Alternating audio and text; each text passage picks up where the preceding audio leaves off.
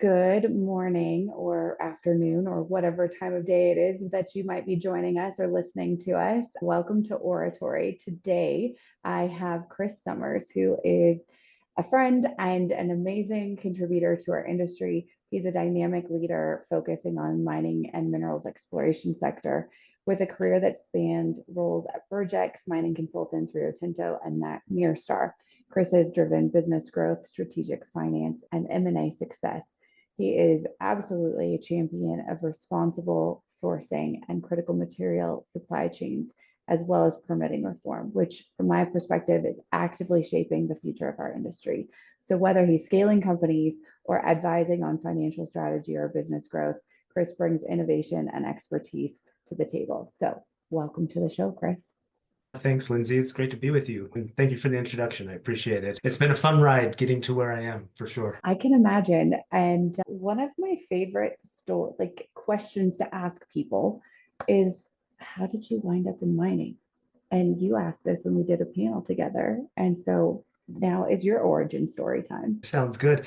It's one of those things so growing up, I always visioned I would be in forestry, something like that, ranger, something along that line. And early in my life, I was very involved in conservation and I always just loved being outside and with nature and all of that. So I went to school initially for fisheries and wildlife, kind of got a little bit distracted at the time and said, what's a great degree I can just go and get rolling on right now? And I ended up with accounting, which is definitely not even close to fisheries and wildlife. But, I was always involved in business or always interested in business and numbers, they work with me pretty well. My head's kind of oriented to numbers. So started off in high tech telecommunications way back in the day when dial-up modems were still the thing. We developed, the first PC MCIA card modems that you put into laptops. They looked like credit cards back in the Yep. day. And quickly, went up through those ranks and we ran into a bit of tech bust and I was looking for opportunities and I found an opportunity at Kennecott, Utah Copper's smelter, looking for a financial analyst. I didn't know the first thing about mining at the time, but it was really intriguing. And once I got involved, I got hooked, really ranging from the impact on society to the process from taking ore from a huge open cut through a concentrator, through a smelter, and into a refinery and byproducts and all that. I was just fascinated by it. So at that point, I realized that's what I wanted to do.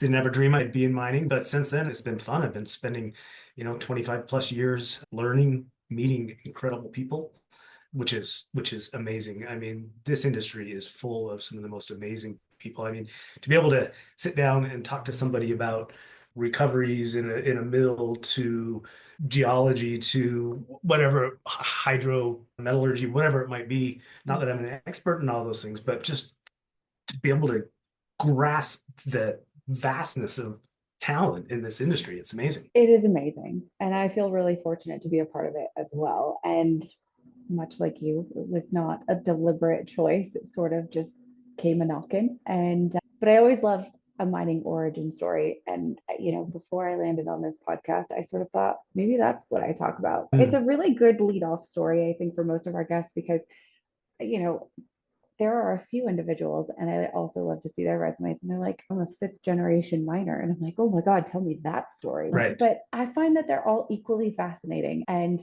the one thing that I think brings us all together is that for the most part, once you're in and you've got what I call the mining bug, you're Mm. in. And Yeah. it is so much about the people and the impact that we get to make. And you and I have sat on at least one panel now together and perhaps Yeah. another one coming up. But I always find that you have such a way of espousing your leadership and talking about people and the impact that mining has on the world around us. And so, leading that into sort of the next segment of what we get to talk about, I know that you're really passionate about advocacy for our industry and that you work with Better in Our Backyard and some other things. So, let's talk about that.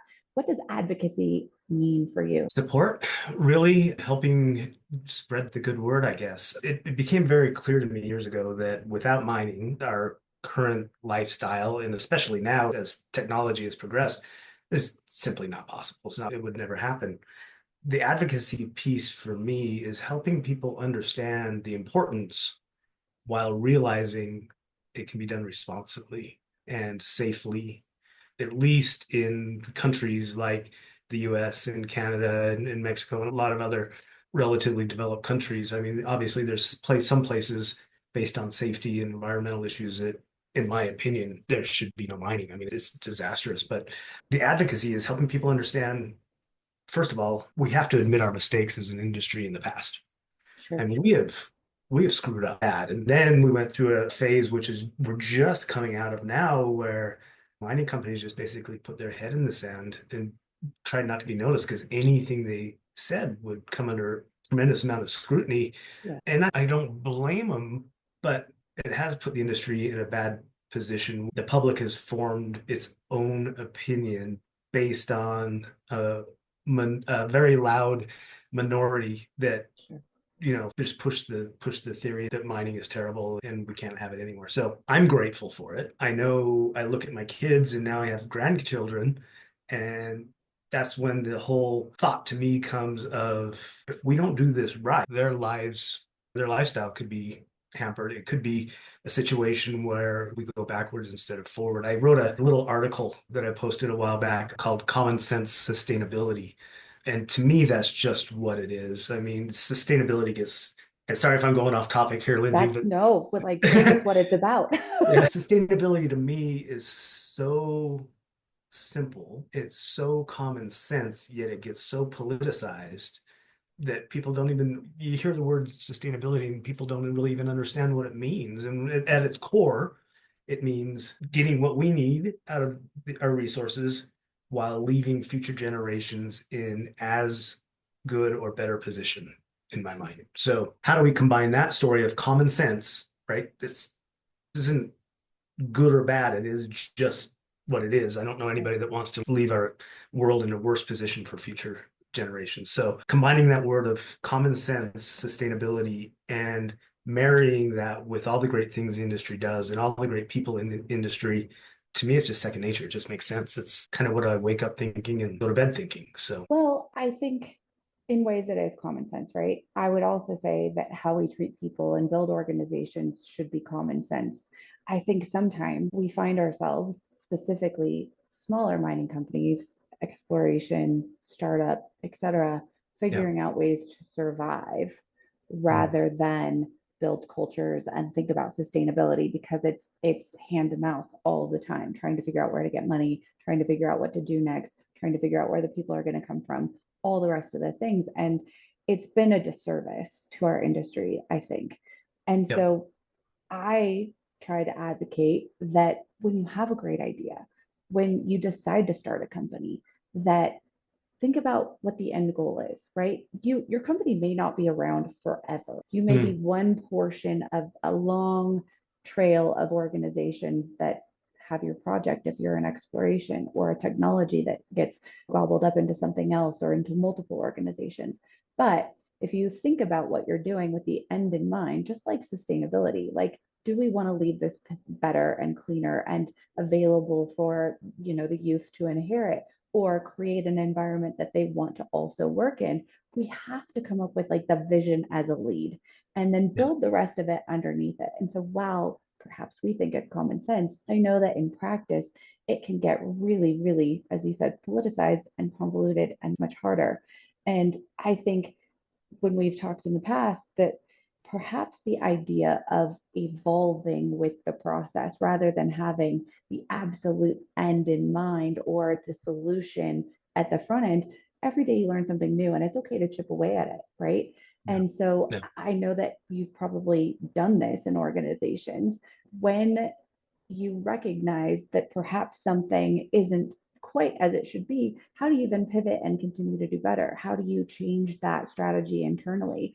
What have you done in your past? As I Yeah. really flipped the Good script, putting point. you on the spot there. I've been on the spot a lot. That's okay. Mining is an amazing industry, but when it comes down to it, it's all about the people, right? Because if you don't have good people bought into a great vision, then we're kind of treading water, in my opinion, and we won't make a lot of progress. Innovation, everything, it's all progress. So what I've done in the past is just trying to make that vision as clear as possible, Yeah. right? Help people understand why we do what we do is huge. I just recently transitioned from a fantastic company, Projects Mining Consultants. It's a team I thought I would die with, right? I just really value them, but it came to a point to where we decided that it's time to move on. With that said, the people in that organization they make things happen. Yeah. And if we can focus their attention on what we're trying to achieve, then everybody's kind of working together towards that. We came up with a mission that was simply we solve the challenges of mining. There are so many challenges. And what we found in conversation with our team is everybody's up for a challenge,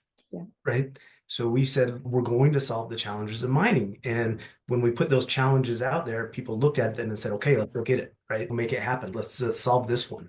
So it was really fun to be a part of. I was at Burgex, I was the first non-founder employee, and we've grown it into an amazing business of people that care, people that work really hard, Yeah. but all care about the vision and where we're going. So it's really trying to be as crystal clear and simple as possible when you're kind of defining that vision and where we're trying to go. And then, like you said about pivoting, sometimes you do have to pivot, right? And one of the things, we're in a position where these cycles in mining, we all go through them, commodities, booms, busts, and ups and downs. And it's difficult when you decide you're going to hire a team to understand how important that is. And I mean, they are everything to you. How do we make sure that we can keep them on? The last thing we wanted to do is have our employees fill those cycles. So we branched out into construction aggregates a bit too. It's less cyclical and it's a very good, solid business. At the end of the day, construction aggregates often get set to the side Yeah. and as the kind of the stepchild of mining. But in crushed stone, I mean, you drill, blast, haul, crush.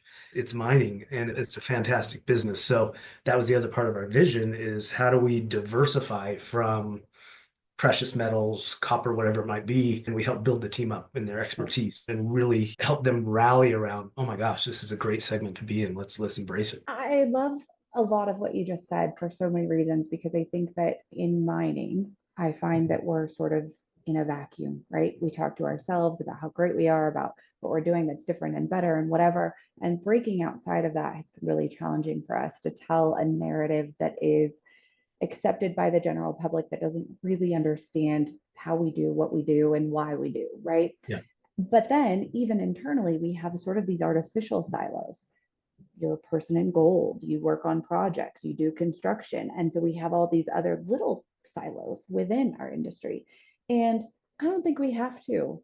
Yeah. I think that there are a few areas that lend itself to that, but we're great learners and we generally, as you said, love to solve a challenge. And I think when you propose a challenge to most individuals, they're like, uh-huh, let's do this. Right. And so with that, it's sort of we're already supply challenged in terms of people.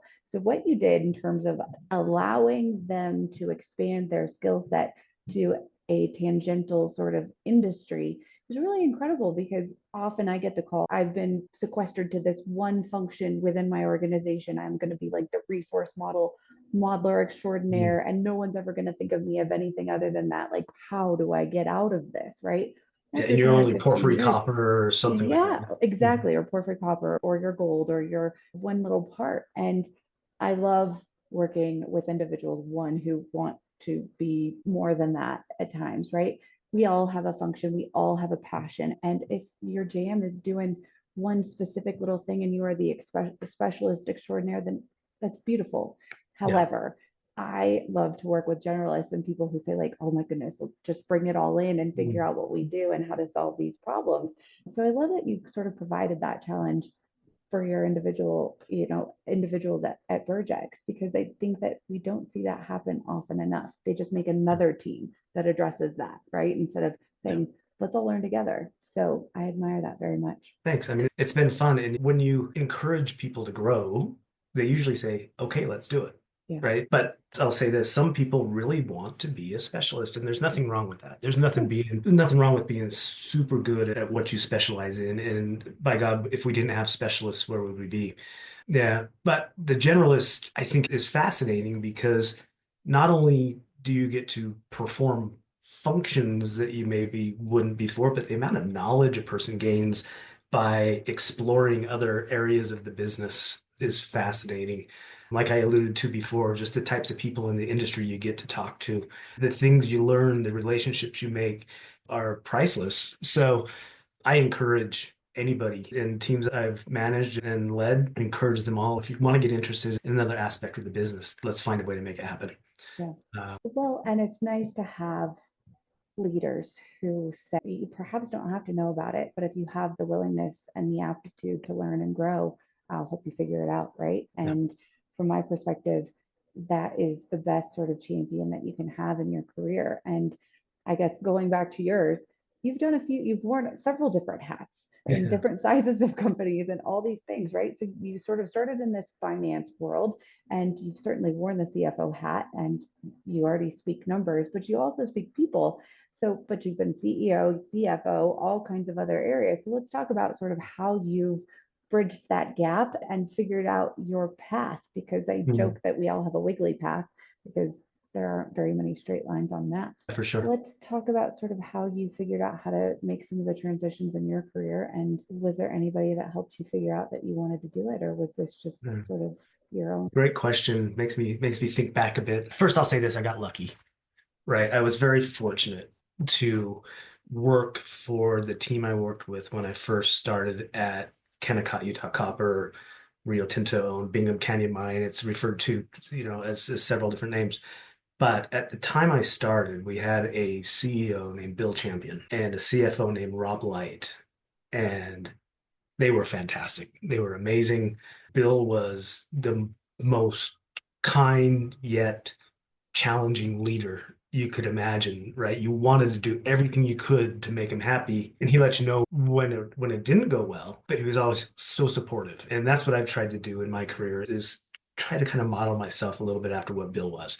When I say I was lucky, it wasn't only the people I worked with, but I was given opportunities that were fantastic. As an accounting student, I hadn't yet gotten my MBA or anything like that. I was an accounting graduate, I should say, given the chance to go into what we call business evaluation. So was responsible for all the capital projects at Kennecott, Utah Copper. So whether it be a mine expansion, a mill expansion, new technologies, whatever it might be, my group was involved in analyzing those from a discounted cash flow basis.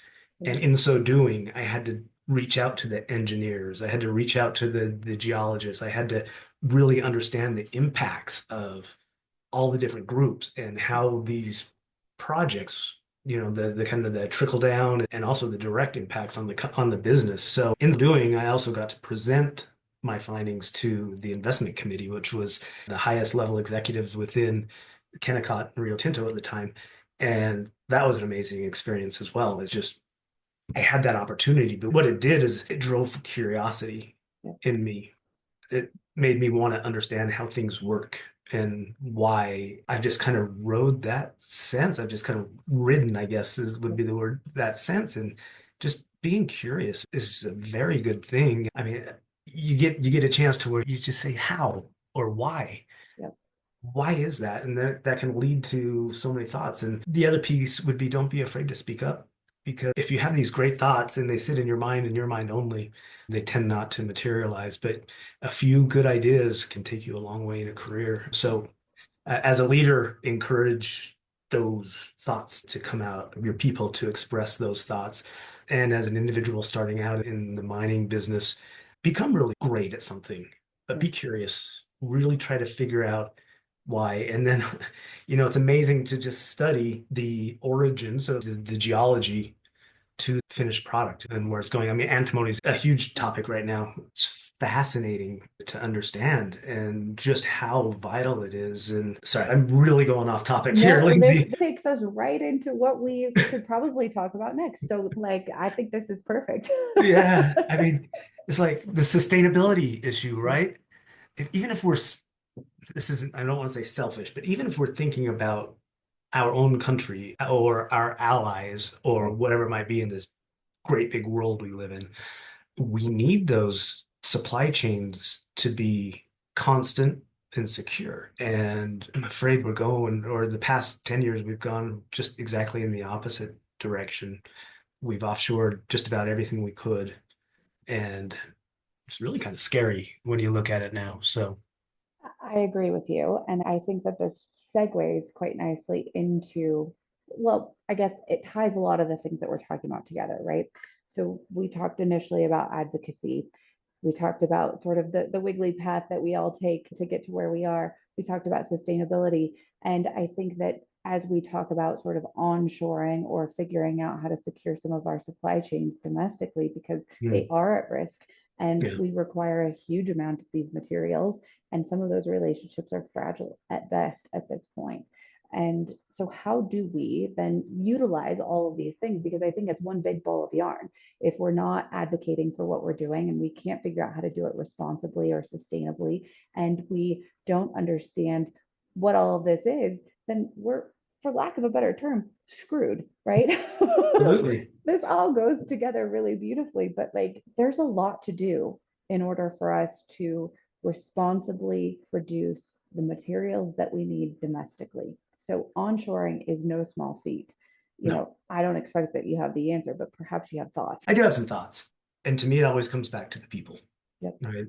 People in powerful government positions, people that are haul truck drivers or, mobile equipment operators, Yep. people that, that rely on the industry as a whole, being that advocate, helping people understand, because whether you like it or nothing gets changed in a grand scale like this without Yep. some pressure and some Yep. serious force. Yep. There's a lot of great people trying to change the industry right now and trying to secure those supply chains and so on. But there's so many issues out there, right? Between permitting reform, politics in general. Yep. Tariffs are raising their head now. How is that going to change things?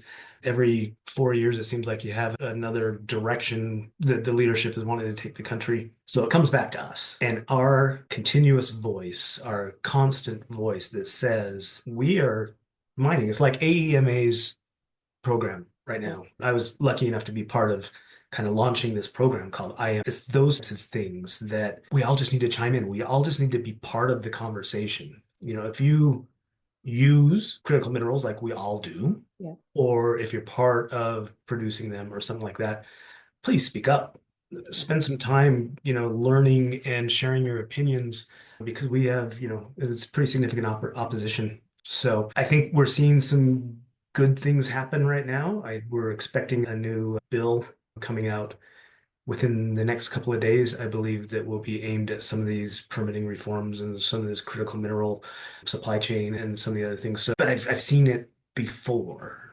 Yeah. Right. And you gain a little momentum and then you lose it. So that consistency, that constant voice that we can all help with is vital. Organizations, there's a few of them that I just love and I'm very close to. This is not to take away from any others, but I have my top three, What um, are they? which is fantastic. American Yep. Exploration Mining Association. It's led by incredible people, Yep. but the message is so crystal clear on what they're trying to do.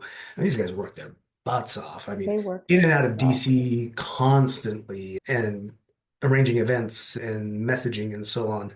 Another one is called Better in Our Backyard. It's Hmm. kind of the opposite of Not in My Backyard, Yep. run by a great guy, Ryan Sistad, based out of Minnesota. Started off as kind of a small organization, really focused on that region up in Minnesota, but it's really spreading the message. I don't know how many followers they have on LinkedIn now, but I mean, it's really gaining steam. I met Ryan at PDAC a couple of years ago, and this is when they were not as well known. And I just tried to give them as much push as I can. Yep. This is not just Minnesota. This is not just a regional issue. This is huge. I even said, I'll buy your brand because it was so, Yeah. right? So I value that organization and what they're doing, and they have great leadership and do an amazing thing. And the other one is really focused on the aggregate sector. It's NSSGA, National Stone, Sand and Gravel Association. They've done an amazing job of helping people understand how critical aggregates are. I mean, Yeah. literally, you wouldn't have a house, road, airport, driveway, sewer system, anything without Yeah. aggregates. So those three organizations are really coming together to help tell the story, which I'm a big fan. I'm lucky enough to be on the board of Better in Our Backyard, So and I chair cool. a committee for AEMA and so on. So it comes back to that, just Yeah. things that can stir me up and really make me want to go to work. So I think I've gone off on a tangent. I don't even recall the original question, other than to say, do you Me remember? neither. Other than to say, it all comes together, but at It the does. base of it all is the people. So if you are one of those people in the industry, reach out to any of us that are trying to spread the word and see how you can get involved and see what we can do together. Yeah. Because numbers, right? We need It them. is a bit of a numbers game, and everybody has a bit different flair in telling their story and why it's important. And again, that speaks so well to the I Am Mining campaign. And Mm. obviously, AEMA is near and dear to my heart as well. And like, if they asked me to jump off a bridge, I'd probably do it for whatever they needed me to do that for. But Right. they do, it's an incredibly impactful organization. They are small, they work their tails off. The education, the advocacy, the outreach, the permitting reform, all of that is just Mm. so incredible to watch them impact it and then to learn from them. Sitting through the meetings and other stuff like that, I just every single time I leave, I find that I'm re-energized, and that even if the news isn't always good, that I have a more clear mission on what I need to be doing and how to talk about it in an Right. educated and informed way. Yeah. So Yeah. I love that one so much. And I want I to, I want to also, bring up one yeah, more yep, organization that kind of flies under the radar, but is amazing. It's the EMA, Essential Minerals Association. They're really kind of taking this at a different angle and really focusing on end use of cool. these minerals. So they're really working with the people that are using them in a manufacturing process, producing goods using the minerals and so on, and really trying to help people understand where they come from. And then once we can tie that into exploration and mining and everything, I think we're going to have this really, hopefully this, the whole snowball rolling down a mountain that just keeps getting bigger and bigger. Yep. I, That you said that. So that's relatively new to me. I am not a member, and now I'm going to have to go do my homework. But they're great. I really love that because I've joked for years that we need sort of like the Super Bowl ad of what is mining and how does it impact us. And but that's not enough, right? Perhaps that's like scraping the surface. But if we have partnerships with organizations like EMA that are then educating the end users and saying, hey, whatever. The other thing that I think would be really fun to see is like a QR tag or like something on a product where it shows where did it come from. Yeah. And something that I think I saw on Rio Tinto's website is like a nutrition label Mhm. of where all the stuff came from and how it's made and all like the CO2 and all of the stuff that has to do with it. And it's fascinating. I mean, for a normal person, they may be like, oh my God, what is this? But if one person asks the question, like, where did this come from? And wants to go check it out, it's another person outside, as I said, sort of the vacuum that we call mining that Yeah. then pursues it. But it takes all kinds of people to make this industry work, as you very well know. And so being open and encompassing and creating an environment that allows all of us to thrive and learn from one another is something that Mm. I'm really passionate about. And I think Yeah. that all of these organizations have done an incredible job of trying to figure out different ways of doing that. And Right. so it's not a Super Bowl ad. It's not even magic. It is numbers, it's education. It's all of us going and telling our stories at airport lounges and, to kids at birthday parties at school and all the rest of this stuff. But That's right. we can't be limited into these tiny little silos that we've sort of artificially created for Yeah. ourselves at this point. I will probably die on that soapbox at some I'll be right there with you for sure. I'll probably pass a little earlier, but you're in a very unique spot, Lindsey, where you see the industry from a different angle than most of us do, right?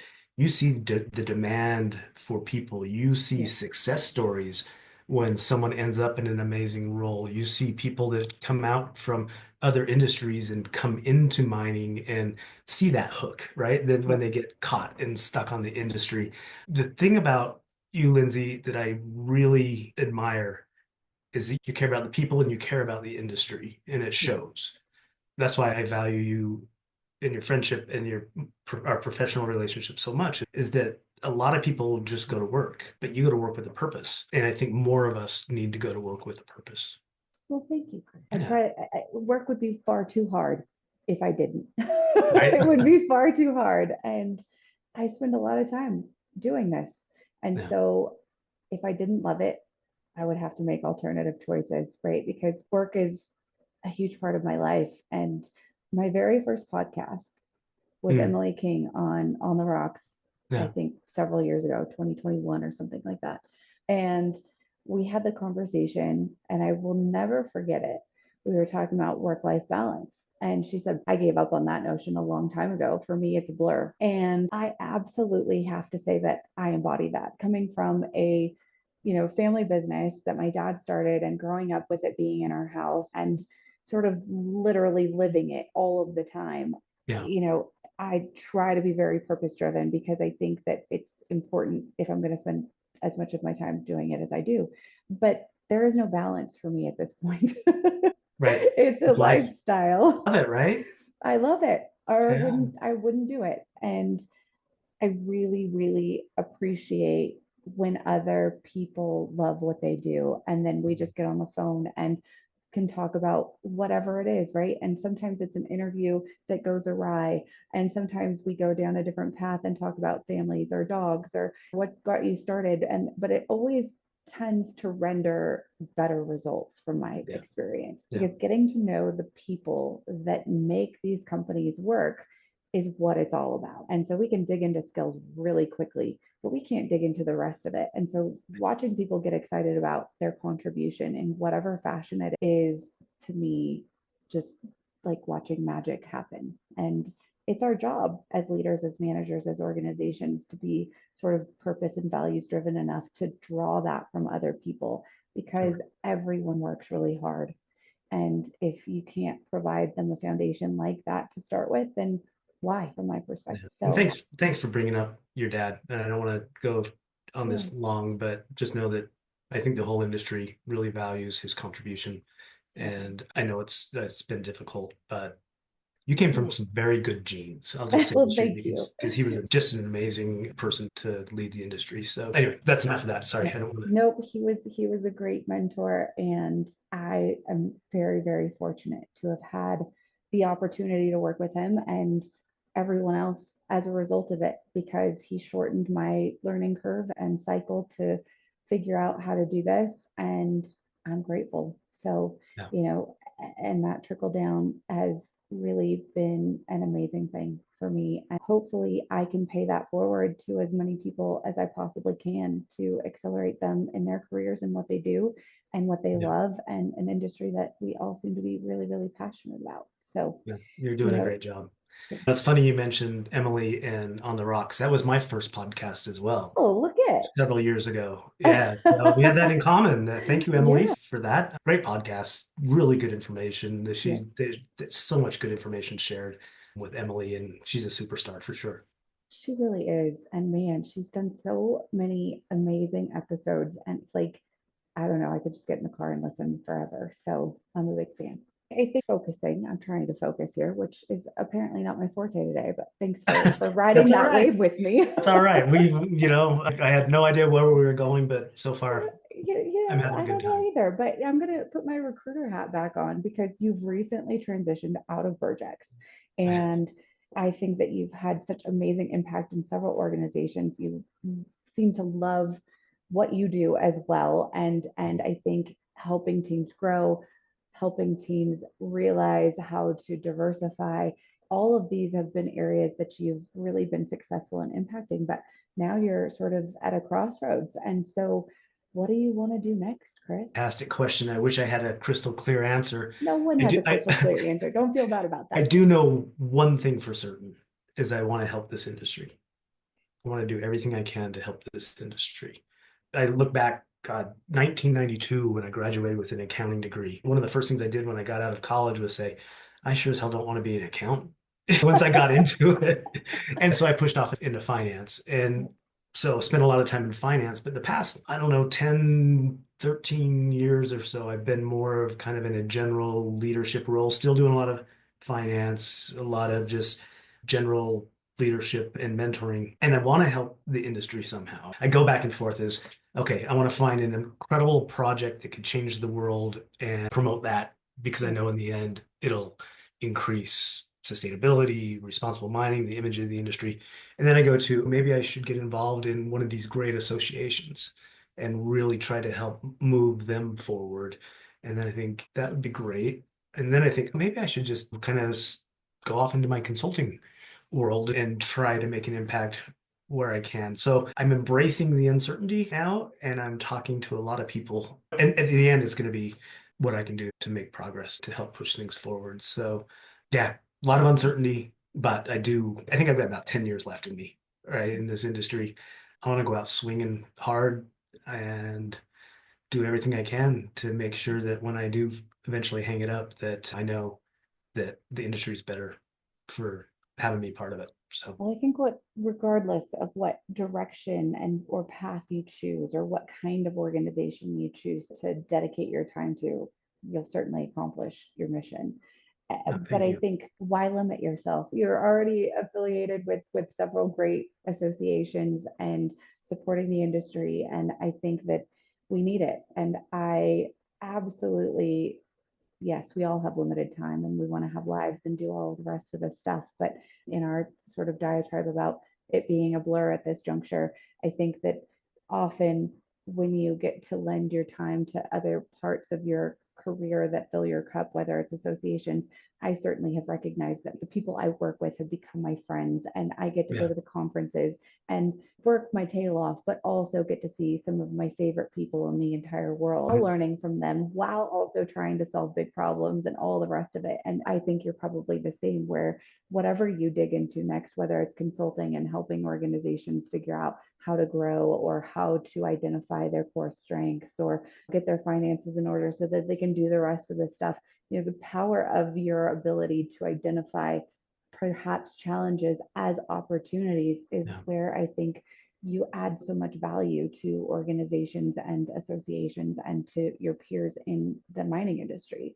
And so, whatever it is you choose next, I think I'm really excited to watch flourish under your leadership or partnership or however that works. So Thank you. excited to see it. Thank And you. It's however just I can help, I will do you'll be part of it, I that. guarantee. Some way, in some form. If nothing else, we'll be on panels together again. We'll That's be right. speaking and we'll be pushing the message forward and just realize and never forget about the impact you're having because it's massive. So, Well, and same goes, right? I mean, you've picked some really stellar organizations, I think, to be a part of, support, and move forward. And Better in Our Backyard is so much fun. And I agree with you mm, that it's not just a regional based scenario. This is something that goes globally yeah, ultimately. And however we can deliver that message out there, let's yeah, do let's it. do it. Let's do it. But we've solved all the world's challenges today. So I think on that note, Yeah, there we go. There's a good we time can to hang wrap it things up. up. Thanks so much for having me. It's been a blast. I look forward to seeing you again very soon in the trade show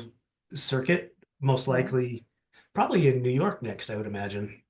I certainly hope so. CTMF is coming up, and I have really enjoyed that conference the last Mm, several years. And there's just so many great people in a room, and then we get to hang out with one another for 2 to 3 days and that's awesome. have great stories and impact and other things. So I Yeah. certainly hope that we get to do that together, and our summit for AEMA perhaps. Yep. If you get a chance, if you can clear a week at the end of this month, I mean, NSSGA in St. Louis is having their big event. And I'm telling you, I mean, just solid of the earth people, Yeah. just amazing people that really want to make things happen. Yeah. So I'd love to see you there, even if it's just for a day or two, just pop out.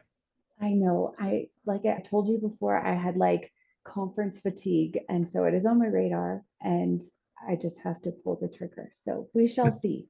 But Okay. you might be sick of me by the time summer ends. You'll be like, Lindsey, go home. Not possible. Well, excellent. So I think to you, thank you for sharing your time and being a voice of advocacy and responsibility and reason in our industry. I so appreciate you, and I am very excited that I get to see you for the rest of summer, perhaps. And Yes. thank you for your time today, Chris. Well, thanks for having me and everything you do. Appreciate it. Have a great weekend. You too.